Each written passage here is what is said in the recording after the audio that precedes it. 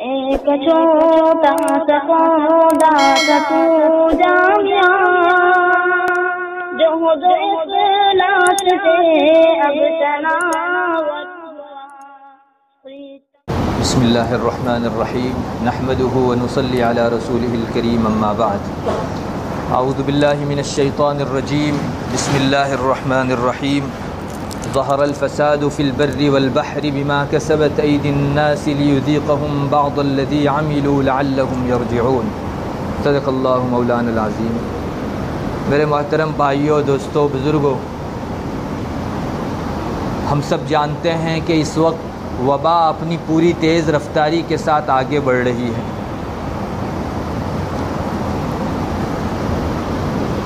چھوٹی چھوٹی اسپتالوں سے 3، 4، 5 نعشیں نکل رہی ہیں۔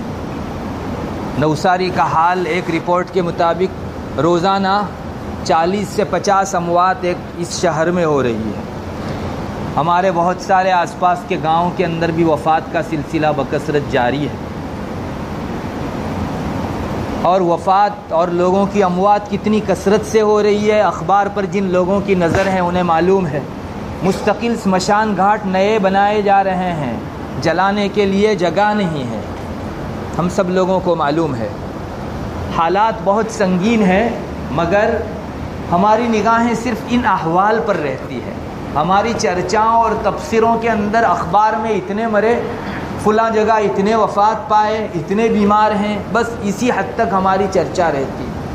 زیادہ سے زیادہ ہماری نگاہ اگر آگے گئی تو بعض لوگ اس پر بحث کر لیتے ہیں کہ بھائی اس کے ظاہری اسباب کیا ہیں، آپس میں زیادہ ملنا، ماسک نہ پہننا اور ڈسٹنس نہ رکھنا اور بے احتیاطی برتنا وغیرہ وغیرہ، یہ اسباب بھی ہیں دنیا کے اندر اپنی جگہ، لیکن بہت بری بات ہے کہ ہماری بحثوں کا محور صرف یہ اسباب اور احوال رہتے ہیں۔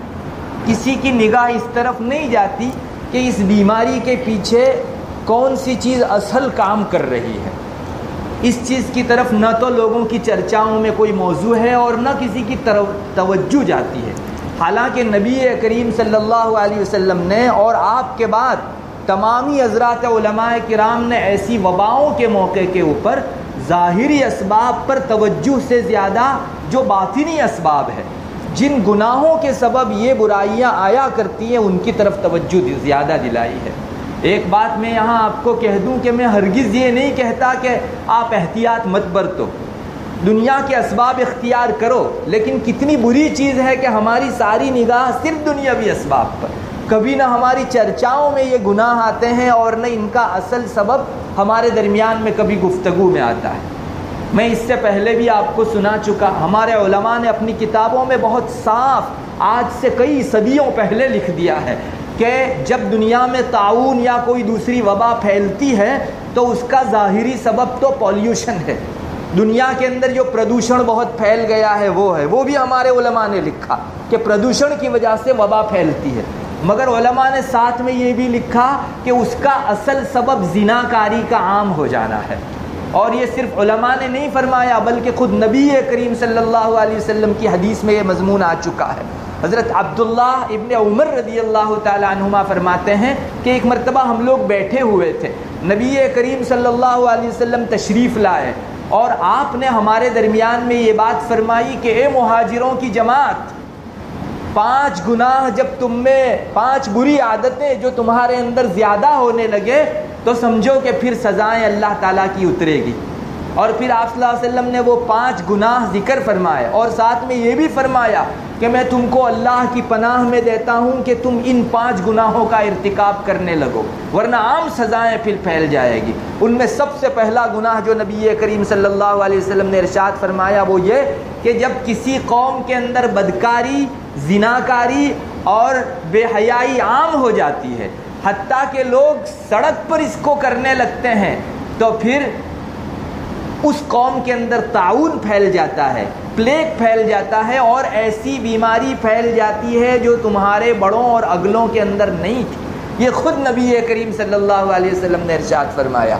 اس کے بعد 5 اور گناہ، 4 اور گناہ ذکر فرمائے، ہر ایک کی سزا بھی ذکر کی۔ میں پوچھتا ہوں کیا ہمارے درمیان میں اس وبا کے سلسلے میں اصل سبب کون سا ہے؟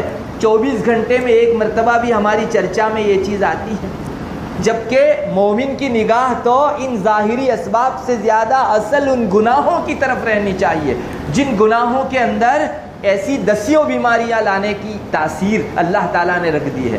میں آپ کو کہوں گا آپ دسیوں ویکسین بسا لو اور دسیوں ویکسین اپنے اوپر لگوا لو، جب تک یہاں جہاں سے یہ پانی کا بہاؤ آ رہا ہے اس کو بند نہیں کیا جائے گا تو آپ کی ویکسین آپ کو کام نہیں دے گی۔ کتنی احتیاط کرو گے، جب تک اللہ کو راضی نہیں کریں گے اس وقت تک یہ بیماری کا بہاؤ اور سیلاب تھمنے والا نہیں ہے۔ کاش مسلمانوں کو اس چیز کی طرف توجہ ہو جائے۔ آج ہمارے معاشرے کے اندر زناکاری کی شرح کوئی کم نہیں ہے۔ میں جس شعبے میں کام کرتا ہوں میری نگاہوں کے سامنے ایسے متعدد واقعات ہیں کہ جن میں ہماری انہی بستیوں کے اندر زناکاری بہت عام ہے، اور اللہ ہمیں معاف فرمائے اب تو شادی شدہ خواتین بہت زیادہ زنا کر رہی ہے۔ ایک تو کنواری عورت جس کا کوئی شوہر نہیں اور وہ جو ہے اپنی خواہشات کے لیے کوئی موقع نہیں پاتی، وہ اگر کسی گناہ میں مبتلا ہوتی ہے وہ بھی برا ہے، مگر ایک شادی شدہ عورت جس کے سر پر شوہر کا ہاتھ ہے، جس کے 2-3 بچے ہیں، وہ شادی شدہ ہونے کے باوجود بھی زنا کے اندر مبتلا ہو رہی ہے۔ میں کسی اور معاشرے کا نقشہ نہیں کھینچ رہا ہوں، ہمارے انہی آس پاس کے چند گاؤں کا میں نقشہ کھینچ رہا ہوں جہاں زناکاری اتنی زیادہ ہے۔ اپنی معصوم بچیوں کو لوگ گھر رکھ کر زنا کے لیے جا رہے ہیں، اور یہ بھی واردات ہماری انہی آس پاس کے گاؤں کی ہیں کہ پونے سال کا یا 1 سال کا بھی نہیں ہوا ایسے چھوٹے بچے کو اپنے گھر میں رات کا سوتا ہوا رکھ کر دوسروں کے ساتھ جو ہے مشغول ہونے والی خواتین بھی اسی معاشرے کے اندر موجود ہے۔ میں کہتا ہوں کیا یہ زناکاری کی رفتار ایک مرتبہ بڑھے گی تو ہمارا دسیوں اسباب اختیار کر لینا بیماری کو روک سکے گا، جبکہ خود آپ صلی اللہ علیہ وسلم نے فرمایا کہ زناکاری جب عام ہو جائے گی تو ایسی بیماریاں آئے گی کہ اگلوں کے اندر اس کا نام بھی نہیں سنا گیا ہوگا۔ اور ہندوستان کیا بیرون ممالک کیا سارے ممالک ہی کے اندر برسر عام اب یہ گناہ ہونے لگے۔ پچھلے دنوں آپ نے نہیں دیکھا اخباروں کے اندر یہ خبریں سرخی بن کر آیا کرتی تھی کہ فلاں لیڈر نے فلاں خاتون کو اتنی مدت تک اپنی ہوس کا شکار بنایا اور پھر اس کو قتل کر دیا۔ کوئی صفحہ شاید خالی نہیں ہو کہ اس طرح کی خبر جو ہے اس صفحے کے اوپر زنا کی نہ چپتی ہو۔ لیڈروں نے خوب زنا کیے اور سادھوؤں نے زنا کیے اور قوم کے بڑے لوگوں نے زنا کیے، جن کے سکینڈل اور گپلے جو ہے سارے اخباروں کے اندر آج تک بھی دیکھے جا سکتے ہیں۔ لوگ بے تحاشا کرتے چلے گئے، اللہ تبارک و تعالیٰ پھر غضبناک ہوا اور ایک ایسی بیماری پھیلا دی کہ مشرق سے لے کر مغرب تک جو ہے کوئی ملک خالی نہیں ہے جس کے اندر یہ بیماری نہ پھیلی ہوئی ہو، اور ایک مرتبہ کا ویو گیا دوسری مرتبہ کا بہاؤ آ رہا ہے۔ اللہ ہمیں اپنی پناہ میں رکھے۔ مسلمانوں کو ان ظاہری اسباب سے زیادہ اللہ تعالیٰ کو راضی کرنے کی طرف کوشش کرنے کی ضرورت ہے۔ مسلمانوں میں زنا کی شرح رکنی چاہیے، بے حیائی اور بدکاری کی شرح رکنی چاہیے۔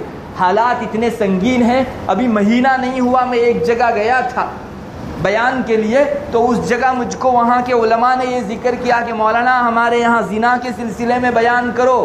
پچھلے دنوں جبکہ ابھی یہ حالات چل رہے تھے، ہمارے یہاں ان کا کہنا تھا کہ وہ مکتب جہاں بند پڑا تھا، ابھی بچوں کو لاک ڈاؤن کے دنوں کے اندر مکتب نہیں پڑھایا گیا تو وہ بند پڑا تھا، تو وہ کہہ رہے تھے کہ جب مکتب کا وہ دروازہ کھولا تو اندر زنا کے اسباب ہم کو بکثرت نظر آئے۔ مسلمان گاؤں کی یہ حالت ہے کہ جہاں جو ہے میں آپ کو صاف کہہ دوں بڑی تعداد کے اندر کونڈوم نظر آئے۔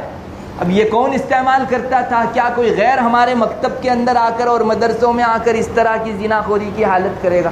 مسلمانوں کی یہ حالت ہے کہ ایک طرف اللہ تعالیٰ کا غضب بہاؤ پر جو ہے آ رہا ہے، سیلاب کی طرح امڑتا آ رہا ہے، اور دوسری طرف ہماری زنا کاری کی یہ شرح بڑھ رہی ہے۔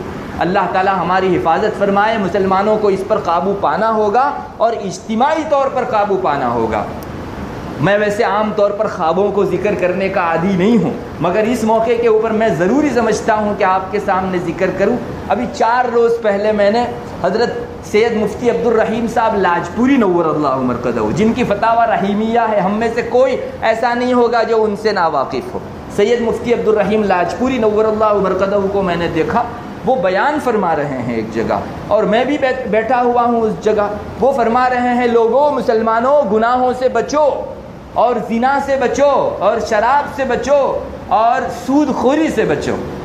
اب بہت زیادہ تو مجھے مضمون یاد نہیں ہے، اتنا مضمون مجھے آج برابر یاد ہے اور میری آنکھیں بہنا شروع ہوئی. میں جب بیدار ہوا اس وقت بھی میری آنکھ بہہ رہی تھی. تو یہ تو حدیث شریف میں آیا ہے اور ہمارے بڑوں کی روح اس طرف متوجہ ہے. کاش ہمارے معاشرے والے کم سے کم ان گناہوں کی روک تھام کے سلسلے میں کچھ سوچیں. ہم ویکسین کی جتنی فکر کرتے ہیں، اسپتالوں کی جتنی فکر کرتے ہیں، اتنی اس سے زیادہ فکر جو ہے اس کی ہونی چاہیے کہ ہمارے معاشرے کو جو گھن کی طرح کھائے جا رہا ہے یہ زنا کا مرض عام، اس پر جو ہے ہم قابو پانے کی کوشش کریں. اور اب تو حالت یہ ہو گئی ہے کہ زنا ایک گناہ ہے لیکن بہانہ بازی کر کے اس کو درست کرنے کی کوشش کی جا رہی ہے اور اچھا لبادہ اڑا کر جو ہے اس کو درست قرار کر دینے کی کوشش کی جا رہی ہے. دنیا والوں نے پچھلے دنوں کیا کچھ نہیں کیا، ایسے ایسے قانون پاس کیے جن قانونوں کے اندر صریح زنا کی جو ہے کا جواز پیدا کرنے کی کوشش کی گئی. آپ کو شاید معلوم نہ ہو، بہت سے ممالک دنیا کے وہ ہیں، امریکہ میں کتنے ہی علاقے وہ ہیں جہاں مرد اور مرد بھی شادی کر سکتے ہیں، عورت اور عورت بھی شادی کر سکتی ہیں.